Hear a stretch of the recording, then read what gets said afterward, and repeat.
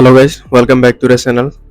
तो आज हम लोग एक वीडियो पे रिएक्शन देंगे जहाँ पर डिस्कस किया गया है कि बांग्लादेश में बॉर्डर सिचुएशन कैसा है। तो हालांकि हम इंडियन लोगों को उतना पता नहीं है, लेकिन बांग्लादेशी मीडिया क्या कर रहा है इन बांग्लादेश, तो वो दिखा रहा है कि बांग्लादेश के इंडिया के अगेंस्ट कुछ लड़ाई चल रहा है इन बॉर्डर रिलेटेड टू पुशिन इशू। तो मैं बता देता हूँ अगर आप लोगों को अगर पुशिन के बारे में पता नहीं है, तो pushing is a term which is use to describe, जैसे कि आप लोगों को पता है असम एंड वेस्ट बंगाल में बीजेपी की सरकार है।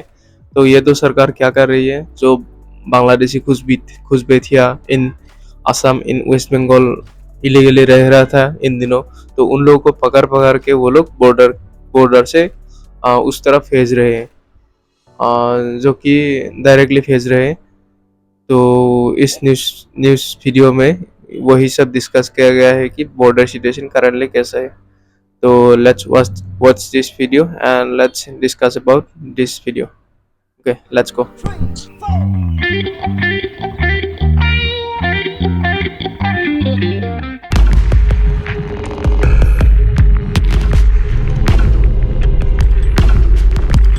সীমান্তের জিরো লাইনে গরম এমনভাবে জেঁকে বসেছে যে 10 হাত দূরের জিনিসও ঝাপসা মনে হয়।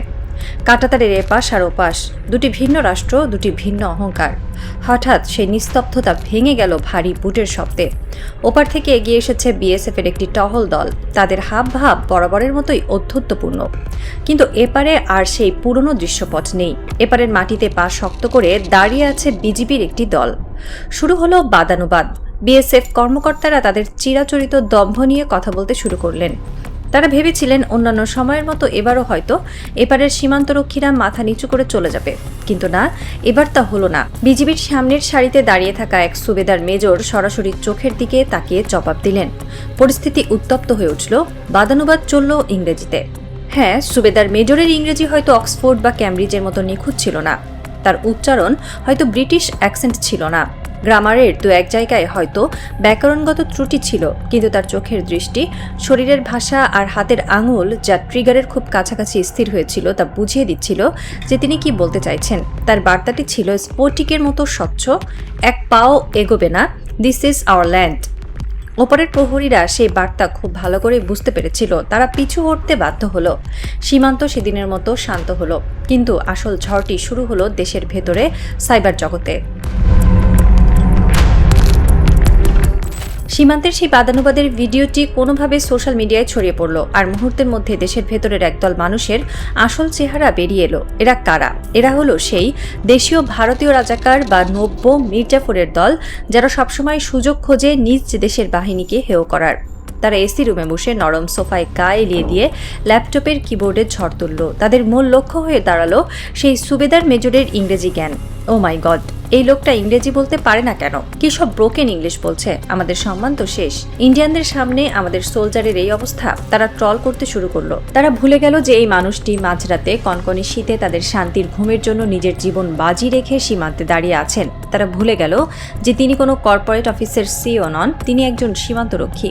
এই তথাকথিত সুশীল সমাজ এবং ভারতীয় দালালরা এমনভাবে আচরণ শুরু করলো যেন সীমান্তরক্ষীদের মূল কাজ দেশ রক্ষা করা নয়, বরং IELTS-এ 8 ব্যান্ড স্কোর তোলা। এই দালালরা আসলে সুবেদার মেজরের ইংরেজি নিয়ে চিন্তিত নয়। তাদের আসল কষ্ট অন্য জায়গায়। তাদের কষ্ট হলো এতদিন যে বিএসএফ এপারে এসে দাদাগিরি করত, আজ কেন তাদের মুখের উপর জবাব দেওয়া হলো? কেন বাংলাদেশের একজন জওয়ান চোখে চোখ রেখে কথা বলার সাহস পেল? এই সাহসটাই তাদের গাত্রদাহের মূল কারণ।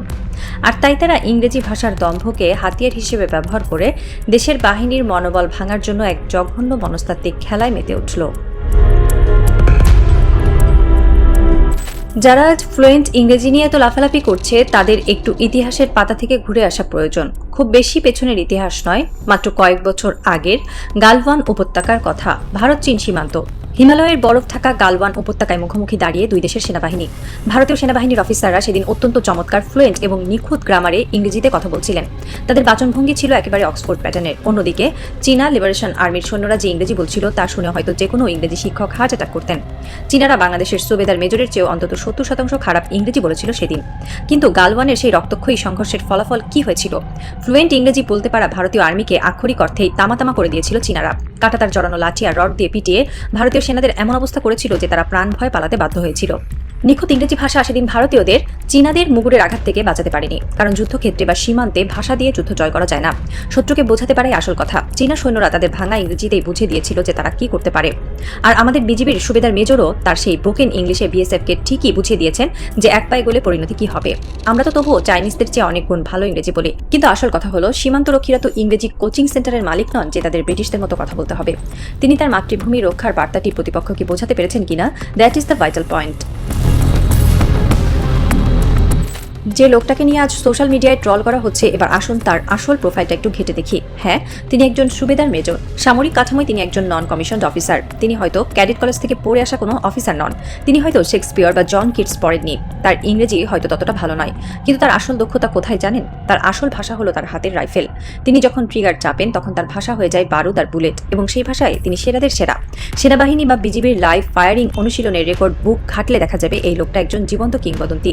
100 মিটার দূরত্ব থেকে টার্গেটে ফায়ার করার সময় তার বুলেটগুলো 3 থেকে 5 ইঞ্চির একটি ছোট বৃত্তের মধ্যে আঘাত হানে। ফায়ারিং এর ভাষায় যাকে বলা হয় গ্রুপিং। 100 মিটার দূর থেকে প্রতিটি বুলেট একই জায়গায় গেঁথে দেওয়ার এই দক্ষতা কোনো সাধারণ মানুষের পক্ষে সম্ভব নয়। এর জন্য প্রয়োজন ইস্পাতের মতো স্নায়ু, বাজ পাখির মতো দৃষ্টি এবং হিমশীতল স্থিরতা। শুধু তাই নয়, এই সুবেদার মেজর কিউআরএফ কুইক রেসপন্স ফোর্সে বিশেষ প্রশিক্ষণ প্রাপ্ত। কিউআরএফ হলো বাহিনীর সেই অভিজাত অংশ যাদের যে কোনো চরম মুহূর্তে সবচেয়ে বিপজ্জনক মিশনে সবার আগে পাঠানো হয়। মাঠের কাজে, ট্যাকটিক্যাল মুভমেন্টে এবং কমব্যাট অপারেশনে তিনি সম্পূর্ণ দক্ষ একজন যোদ্ধা। যারা আজ তাকে নিয়ে ট্রল করছে, তারা যদি কখনো 100 মিটার দূর থেকে এই লোকটার রাইফেলের সাইড গ্লাসের দিকে তাকাতো, তবে তাদের ফ্লুয়েন্ট ইংরেজি নিমেষেই শুকিয়ে কাঠ হয়ে যেত। কারণ যুদ্ধক্ষেত্রে গ্রামার কাজ করে না, কাজ করে বুলেট। আর সেই বুলেটের ভাষায় এই সুবেদার মেজর একজন আস্ত অক্সফোর্ড ডিকশনারি। এই পুরো ঘটনাটি আসলে বিচ্ছিন্ন কোনো বিষয় নয়, এটি একটি সুপরিকল্পিত মনস্তাত্ত্বিক যুদ্ধ। একটি দেশের সামরিক বাহিনী বা সীমান্তরক্ষী বাহিনীর সবচেয়ে বড় শক্তি হলো তাদের মনোবল। শত্রুরা যখন দেখে যে সরাসরি সংঘাতে এই বাহিনীকে হারানো কঠিন, তখন তারা বিকল্প পথ খোঁজে। তারা দেশের ভেতরের কিছু দালাল, বুদ্ধিজীবী এবং সাইবার ট্রলদের ব্যবহার করে বাহিনীর মনোবল ভাঙার চেষ্টা করে। ভারতীয় গোয়েন্দা সংস্থা বা তাদের দেশীয় দালালরা খুব ভালো করেই জানে যে বাংলাদেশ এখন আর আগের মতো নতজানু নেই, সীমান্তে এখন আর একতরফা মার খাওয়ার দিন নেই। তাই তারা এখন এই ধরনের ছোটখাটো বিষয় নিয়ে ইস্যু তৈরি করে সাধারণ মানুষের মধ্যে বাহিনীর প্রতি অশ্রদ্ধা তৈরির চেষ্টা করছে। তারা চাইছে জওয়ানরা যেন হীনমন্যতায় ভোগে। তারা যেন ভাবে, আমি তো ভালো ইংরেজি জানি না, আমি হয়তো ওদের চেয়ে ছোট। কিন্তু তারা একটি বিষয় বুঝতে ব্যর্থ হয়েছে, এই জওয়ানদের পেছনে আজ শুধু তাদের রাইফেল নেই, তাদের পেছনে আছে দেশের কোটি কোটি সাধারণ মানুষের অকুণ্ঠ সমর্থন। দেশের সাধারণ মানুষ খুব ভালো করেই জানে তাদের এই সুবেদার মেজর ব্রিটিশ অ্যাকসেন্টে কথা বলতে না পারলেও দেশের 1 ইঞ্চি মাটিও সে কাউকে ছেড়ে দেবে না। আর যদি ডিপ স্টেটের থিওরি সত্য হয়, তবে বাংলাদেশের নতুন ডিপ স্টেটও এই সাইবার আক্রমণগুলোকে নিবিড়ভাবে পর্যবেক্ষণ করছে। যারা দেশের ভেতরে বসে অন্য দেশের হয়ে প্রোপাগান্ডা ছড়াচ্ছে, তাদের তালিকা তৈরি হচ্ছে, কারণ দেশের ভেতরে লুকিয়ে থাকা এই মির্জাফররা সীমান্তের ওপারের শত্রুদের চেয়েও ভয়ঙ্কর। সুবেদার মেজরের নাম আমরা জানি না, জানার প্রয়োজনও নেই। তিনি কেবল একজন ব্যক্তি নন, তিনি বাংলাদেশের প্রতিটি সীমান্তরক্ষীর প্রতিচ্ছবি। তিনি যখন ফায়ারিং রেঞ্জে তার স্নাইপার বা অ্যাসাল্ট রাইফেল নিয়ে পজিশন নেন, তখন তার মাথায় ইংরেজি গ্রামারের কোনো রুলস ঘোরে না। তার মাথায় ঘোরে বাতাসের গতিবেগ, টার্গেটের দূরত্ব এবং বুলেটের ট্রাজেক্টরি। তিনি যখন শ্বাস বন্ধ করে ট্রিগারে চাপ দেন, তখন তার সেই 3 ইঞ্চির গ্রুপিং বলে দেয় তিনি তার কাজে কতটা পারফেক্ট। কোচিং সেন্টারের মালিকরা হয়তো সুন্দর ইংরেজি বলতে পারেন, কিন্তু তারা কখনো দেশের জন্য বুকের রক্ত ঠেলে দিতে জিরো লাইনে এসে দাঁড়াবেন না। যারা ট্রল করছে তারা এসি রুমে বসে পিৎজা খেতে খেতে হয়তো গ্রামার ঠিক করবে, কিন্তু যখন ওপারের শত্রুর বুলেট ধেয়ে আসবে, তখনই ব্রোকেন ইংলিশ বলার সুবেদার মেজরই তার বুক পেতে দেবেন। আবারও রাত নেমেছে জিরো লাইনে। আজ রাতের কুয়াশা যেন গতকালের চেয়ে বেশি ঘন। দূরে ওপারের সার্চ লাইটের আলো কুয়াশার সাথে ধাক্কা খেয়ে অদ্ভুত এক মায়াবী পরিবেশ তৈরি করেছে। সুবেদার মেজর তার পোস্টের বাংকারে দাঁড়িয়ে আছেন, তার হাতে তার প্রিয় রাইফেলটি। তিনি জানেন সোশ্যাল মিডিয়ায় তাকে নিয়ে কি চলছে। তার কানে হয়তো পৌঁছেছে সেই সব ফ্লুয়েন্ট ইংরেজি বলা ট্রলদের ব্যঙ্গ বিদ্রুপ, কিন্তু অন্ধকারে তার মুখে এক চিলতে কঠিন শীতল হাসি ফুটে উঠল। তিনি তার রাইফেলের সাইড গ্লাসটা চোখের সামনে তুলে ধরলেন। 100 মিটার দূরে ওপারের কাঁটাতারের কাছে একটি ছায়া নড়াচড়া করছে। বাতাসের গতি আজ একটু বেশি। সুবেদার মেজর তার সাইড গ্লাসের অ্যাডজাস্টমেন্ট নবটা আলতো করে ঘুরিয়ে নিলেন। ব্রোকেন ইংলিশ, তিনি বিড়বিড় করে বললেন। তার আঙুলটা ট্রিগারের উপর স্থির। তিনি জানেন তার মাতৃভূমি তাকে ইংরেজি শেখার জন্য এখানে পাঠায়নি, তাকে পাঠিয়েছে এই ট্রিগারটা ঠিক সময়ে চাপার জন্য। ওপারের ছায়ামূর্তিটা কি আরেকটু এগোবে? যদি এগোয়, তবে কাল সকালে হয়তো আর কোনো বাদানুবাদ হবে না। কাল সকালে হয়তো ফ্লুয়েন্ট ইংরেজিতে কথা বলার জন্য কেউ বেঁচে থাকবে না। অন্ধকার আরো গভীর হলো। বাতাসের শ্বাস আর শব্দ ছাড়া আর কোনো শব্দ নেই। সুবেদার মেজর শ্বাস টেনে নিলেন। ট্রিগারের ওপর তার আঙুলের চাপ সামান্য বাড়ল। ভূরাজনীতি আর সাইবার ওয়ারফেয়ারের সব হিসাব নিকাশ এখন এই বাংকারের ভেতর থমকে আছে। একটি রাজনৈতিক থ্রিলারের ক্লাইম্যাক্স যেন এই কুয়াশা ঢাকা রাতেই মঞ্চস্থ হতে যাচ্ছে। শত্রুপক্ষ হয়তো জানে না তারা কার মুখোমুখি দাঁড়িয়ে আছে। তারা একটি ভাষায় ভুল ধরতে গিয়ে এমন এক ঘুমন্ত আগ্নেয়গিরিকে জাগিয়ে তুলেছে, যার লাভা কেবল 3 ইঞ্চি বৃত্তের ভেতরেই নিখুঁতভাবে আঘাত হানতে জানে। এখন শুধু অপেক্ষা, একটা ভুল চাল এক পা সামনে বাড়ানো, আর তারপর সব নিস্তব্ধ। খেলা কেবল শুরু হয়েছে, আর এই খেলায় শেষ হাসিটা হাসবে সেই ব্রোকেন ইংলিশ বলা মাস্টার স্নাইপারই।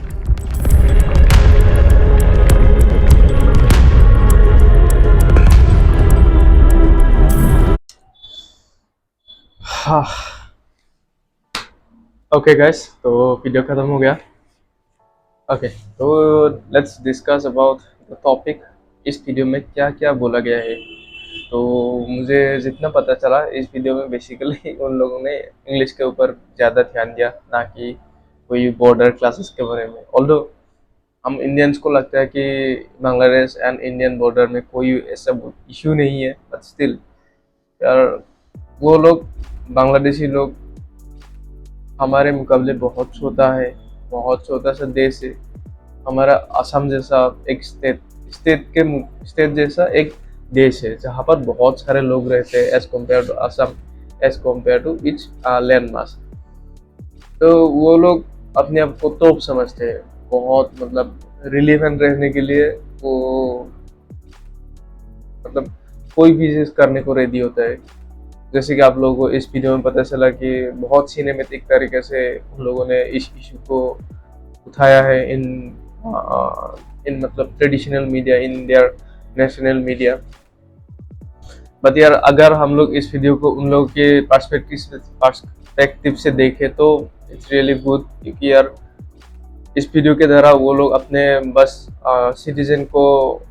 सिटीजन तक पहुंचाना चाहते हैं ये संवाद की उन लोगों के बॉर्डर में क्या क्या हो रहा है, कहाँ पर क्या हो रहा है।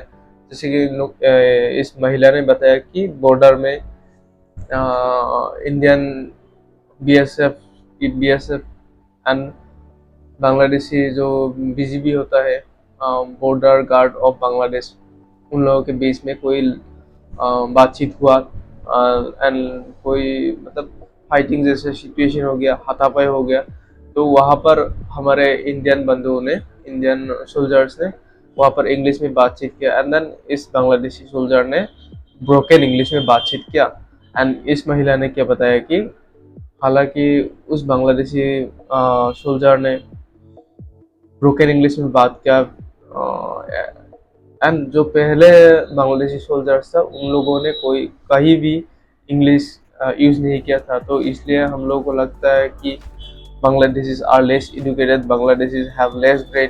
तो यही बताया इस वीडियो में। एंड देन बताया कि वो लोग कुछ मतलब बड़ा तीर मार रहे हैं इन दिनों, आँख में आँख डाल के बातचीत कर रहे हैं हम लोगों के साथ। तो यही डिफरेंस है पुराना बांग्लादेश और नया बांग्लादेश में।